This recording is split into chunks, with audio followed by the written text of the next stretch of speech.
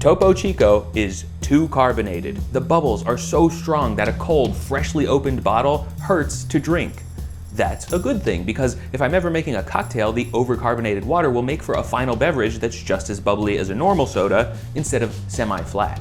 Meaningless little takes like this one are a great use case for Twitter, especially if you love getting into online fights with strangers. But YouTube and Instagram are my only active social platforms, so here's a big collection of tips, hacks, and factoids that will help you grow as a cook, but don't deserve their own video. If you have old sheet pans that snap out of shape in the oven with a big bang, know that this is a result of rapid temperature change. To stop that from happening, leave the pan in the oven while it preheats. It'll get hot more slowly, and as an added benefit, the food that you add to the hot metal will start cooking more quickly. If you ever go to a restaurant and see an ingredient on the menu that you don't recognize, take the opportunity to Google it and learn. You'll discover so many ways to make normal foods sound fancier. Did I just mix mayo and mustard together for a 2-ingredient sandwich condiment? Of course not. This is homemade Dijonnaise. The stove might be the heart of the kitchen, but the sink is its liver, the unsung hero of keeping things clean and running sustainably. If you can commit to starting and ending every day with an empty sink, you might have better luck minimizing dishwashing dread and thus cooking more often. Buy a cookbook centered around a famous restaurant and it'll probably be formatted pretty similarly to this one, with a glossary of basic foods in one section and then several dozen ways to turn those items into exquisite dishes in the other. This is a really productive way of cooking creatively at home. Do you have a personal larder of curated items prepared? What are the things that you always have on hand? Cooked rice in the freezer, fresh herbs from the garden, a melange of tinned seafoods? The foods that you always have ready play a big role in your personal style of cooking. 3 things that I always chuck into the freezer as soon as I get home from grocery shopping are bread, butter, and nuts. Bread stays fresh for a very long time in the freezer, and since I always toast my bread before enjoying it, it doesn't add a meaningful amount of time to its prep. Butter comes in packs of 4, so I can leave 3 in the freezer and keep 1 in the fridge. And like butter, nuts are so rich in fat that they can start to taste rancid over time. Cold storage solves that problem. There will always be people who insist that cooking at home is more expensive than eating at restaurants, because it's true, at least in the beginning. If you're just starting out, you have to buy hundreds of dollars in cookware, tools, utilities, and ingredients, but it's still kind of a childish conclusion to come to. Learning how to front-load effort is one of the major definitive life skills required for success, whether that's saving for retirement, passing a marshmallow test, or learning how to feed yourself. Whenever you ask someone how to build a basic home bar, they'll say, get a whiskey, get a vodka, get a tequila.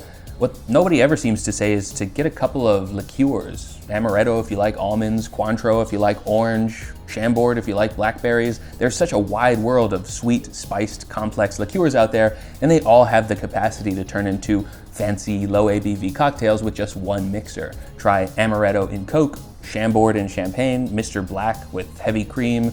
Some of them are a lot more versatile than others. I've found 100 different uses for Liqueurs 43, but this butterscotch liqueur just seems to languish in the pantry. Hello, Darla.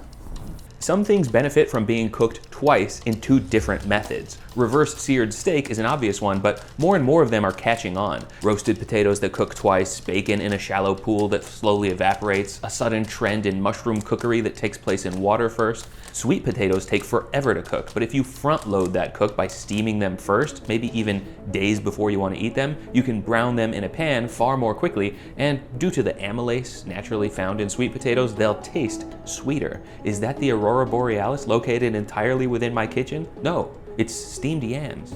People saw that I sometimes have homemade vanilla extract and asked if I'd make a video on it, but here's the thing. Making your own vanilla extract usually isn't worth it. You still have to buy a couple vanilla beans, which are wildly expensive, so you don't save any money, and the companies that make vanilla extract buy so many beans that they probably get first pick of the best pods. Unless you happen upon some free vanilla beans or creative ideas for custom infusions, you're probably better off buying a big bulk bottle by a boutique brand. When a YouTuber says, I eat this dish 5 times a week, understand that it's probably true. Not necessarily just because of how good the dish is, but because we just spent the past month testing the recipe and cooking a dozen different iterations of it. Anytime you cook, make sure the handles of any pan are turned away from any walkable path. This cuts down on the chances of you or anyone else accidentally knocking a sizzling pan of hot oil onto their tootsies. When people decide to try growing their own food, there are two major mistakes that I see way too often. One is that they don't fill the pot all the way up with soil. Good potting soil is expensive, but your plants need lots of room for roots to grow. Plus, that fresh soil settles down by several inches once you start watering it. So fill the pots all the way to the top, right when you start. The other mistake is that they overcrowd the pot with plants, thinking it's a good idea to put 10 tomatoes in one 5-gallon bucket. It's fine to sprinkle too many seeds in at first, but you gotta thin them out or else nothing's gonna grow properly. Refer to a square foot gardening chart to see how many of any certain plant can fit in a given space. Don't let the shame surrounding lower quality ingredients prevent you from taking shortcuts. Not every meal needs to be a 5-star dish. It's our responsibility as cooking educators to explain why certain ingredients like pre-shredded bag cheese are much lower in quality, but if pre-shredded nondescript Mexican Fiesta blend is what it takes to get you cooking, it's still better than ordering takeout. This is one of those things that I will always promptly replace if it ever breaks. Life is better with a soap foamer. You just add regular soap and water to the basin and it spits out a foamy mixture that lathers and rinses off far more easily. It dilutes my soap, which means I can buy the more expensive, fancy brands that smell great and cost more. And since it has a big, wide head, I can slam it 5 times with a wrist or an elbow if my digits are chickeny from handling raw meat. Another product I can't get enough of, spoon rests. You don't realize how great these are until you notice how often you're otherwise tempted to rest a utensil on a hot pan or teeter it in precarious positions. Don't get these big decorative ones. They take up too much space and don't add any functionality. Even this enormous spatula is fine on a small spoon rest because everything flows down to the point of contact. Smaller spoon rests are easier to clean, easier to stack in a cabinet 5 at a time like little plates. I love having a ton of these things because I can recklessly dirty 1 or 2 of them every single day and then run them in the dishwasher, no problem. Most of these I've made myself, but this one specifically can be purchased on my site, dinnerwithbarkley.com. They're made by hand and they've got this little cutout right here that makes sure any utensil sits properly on its face. Try to find out which things are better off store-bought versus homemade and understand that your conclusion will not be the same as others. For most of America, store-bought salsa is deplorable, sickening, awful stuff. But here in the desert Southwest, there's enough of a market for our grocery stores to carry freshly made, perishable salsa that's perfectly serviceable. Our grocery store sushi is nothing to write home about, but to act as if that's a universal truth is Hawaii erasure.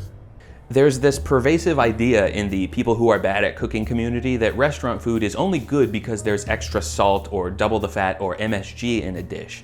This is rooted in obvious truth. I'd rather eat a breaded, salted, deep-fried chicken breast than an under-seasoned, baked one. But to act like that's the big secret is to reveal yourself as a cooklet. The simplest counterpoint? It's possible to make food too salty or too greasy. Checkmate, commentors. If this is a real opinion that you earnestly hold, I encourage you to let go of it because it leads to the sort of defeatist conclusion that food cooked at home just isn't as good. When my in-laws make burgers at home, they use very little salt and they bake them in the oven. As you can imagine, they don't come out very good. Eric, I know that you're watching this. I'm sorry that your wife leaked this information. I bring this up because the burgers would taste better if they were properly seasoned and cooked on a grill. A conclusion that comes from proper training, not from copium huffing sentiments like, well, my homemade burgers aren't exactly as good as the gastropub nearby, but that's just because I don't use all that yucky oil and salt. Talking about nutrition on YouTube is almost as self-destructive as posting to Twitter, so I don't want to get into it, but let's collectively agree that the secret to good cooking is loads of salt and fat is an embarrassing take from people who don't know any better. One time I saw a TikTok of a guy shaving frozen strawberries with a microplane and topping it with sweetened condensed milk, black sesame, and chopped peanuts. It looked tasty, but there's no way I was gonna hand grate all of those strawberries. Turns out it's another use case for my beloved ice shaver. Look how fast I can do this. They go from whole in the freezer to shaved in a serving bowl in a matter of seconds. The peanuts and dairy take this from a basic granita to a PB&J adjacent indulgence. And I always have fruit in my freezer, so I'm happy to have something like this in my back pocket. Maybe next time I'll do a peach version with some pie spices and walnut granola on top, sort of like a peach crumble. Do you remember when people might marvel at a dark orange egg yolk from a backyard chicken before commercial egg companies altered their chickens' diets to evolve with consumer preferences? Know that shortcuts for identifying high-quality ingredients exist within this perpetual cat and mouse game with food corporations never too far behind consumer heuristics. If you've got a dishwasher, try gel instead of pods. That way you can fill up the pre-wash cup here. You could just keep using pods and drop another one in the pre-wash area, but that gets pretty pricey pretty quickly. This notion does have a whole video dedicated to it. It was made by Technology Connections and it got millions of views along with so many comments that it necessitated a 40-minute long follow-up. Squeeze bottles get a lot of love, but I never hear spray bottles getting any praise. Fill one of these up with water and you've always got a way to add an even mist to something. Good for hitting a bowl of day-old rice before microwaving it, or spraying a store-bought corn tortilla before making it pliable on the stovetop. If this looks too industrial for you, Misto makes a fancier pump-action spray bottle that can handle any liquid, even oil, meaning you don't have to pay extra for disposable bottles of spray oils that are laced with propellants. If you have a food processor at home that came with a bunch of attachments that you never use, check to see if there's one for grating cheese. I hate using a box grater, but now I get excited to turn a pound of mozzarella into chunky shreds.